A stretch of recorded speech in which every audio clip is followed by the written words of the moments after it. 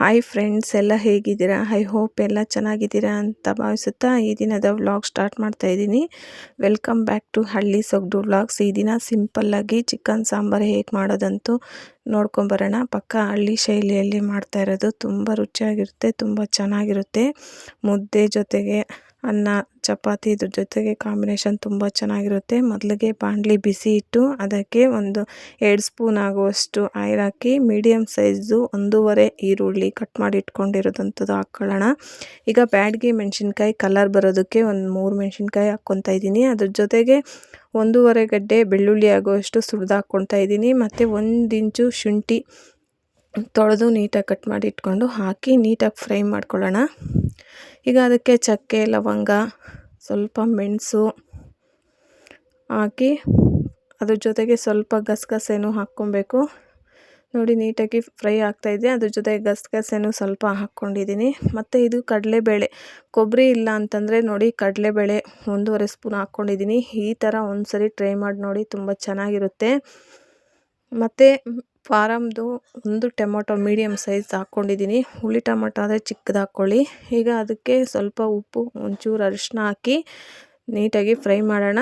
ಅದ್ರ ಜೊತೆಗೆ ಕೊತ್ತಂಬರಿ ಸೊಪ್ಪು ಹಾಗೂ ಪುದೀನ ಸೊಪ್ಪು ಕಟ್ ಮಾಡಿ ನೀಟಾಗಿ ತೊಳೆದು ಹಾಕ್ಕೊಳ್ಳೋಣ.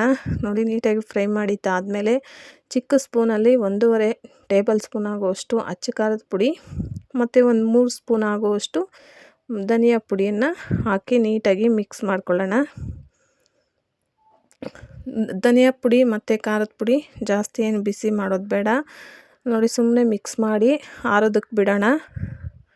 ನೋಡಿ ಈಗ ಆರೋದಕ್ಕೆ ಬಿಟ್ಟು ಒಂದು ಕುಕ್ಕರ್ ಇಟ್ಟು ಅದಕ್ಕೆ ಸ್ವಲ್ಪ ಅಡುಗೆ ಎಣ್ಣೆ ಹಾಕಿ ಆವಾಗಲೇ ಅರ್ಧ ಈರುಳ್ಳಿ ಕಟ್ ಮಾಡಿ ಇಟ್ಟಿದ್ವಲ್ಲ ಅದು ಹಾಕಿ ಫ್ರೈ ಮಾಡಿ ಅದಕ್ಕೆ ನೀಟಾಗಿ ತೊಳೆದು ವಾಶ್ ಮಾಡಿ ಇಟ್ಕೊಂಡಿರುವಂತಹ ಚಿಕನನ್ನು, ನಾನಿಲ್ಲಿ 1.5 kg ಆಗೋಷ್ಟು ಬಾಯ್ಲರ್ ಕೋಳಿಯನ್ನು ತೊಗೊಂಡಿದ್ದೀನಿ.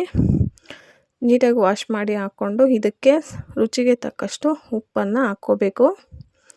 ಉಪ್ಪನ್ನು ಹಾಕಿ ನೀಟಾಗಿ ಮಿಕ್ಸ್ ಮಾಡಿ ಇದ್ರ ಜೊತೆ ಈಗ ಸ್ವಲ್ಪ ಪುದೀನ, ಸ್ವಲ್ಪ ಕೊತ್ತಂಬರಿ ಸೊಪ್ಪು ಹಾಕ್ಕೊಬೇಕು. ಇದು ಫ್ಲೇವರು ಚಿಕನ್ಗೆಲ್ಲ ಇಟ್ಕೊಳ್ಳುತ್ತೆ, ನೀಟಾಗಿ ಚೆನ್ನಾಗಿರುತ್ತೆ, ಹಸಿ ಸ್ಮೆಲ್ಲೆಲ್ಲ ಹೋಗುತ್ತೆ. ಇದಕ್ಕೆ ಸ್ವಲ್ಪ ಅರಿಶಿಣ ಹಾಕಿ ನೀಟಾಗಿ ಮಿಕ್ಸ್ ಮಾಡ್ತಾ ಅದರಲ್ಲಿರುವಂಥ ನೀರೆಲ್ಲ ಸ್ವಲ್ಪ ಹೀರ್ಕೊಳ್ಬೇಕು. ಆ ರೀತಿ ಚೆನ್ನಾಗಿ ಬೇಯಿಸ್ಕೊಳ್ಳೋಣ, ಕುದಿಸೋಣ. ನೋಡಿ ಈ ಥರ ನೋಡಿ ಈಗ ಕುದೀತಾ ಇದೆಯಲ್ಲ, ಈ ಥರ ಅದರಲ್ಲೇ ಸ್ವಲ್ಪ ನೀರು ಇಂಗುವಂತೆ ನೀಟಾಗಿ ಕುದಿಸ್ಬೇಕು.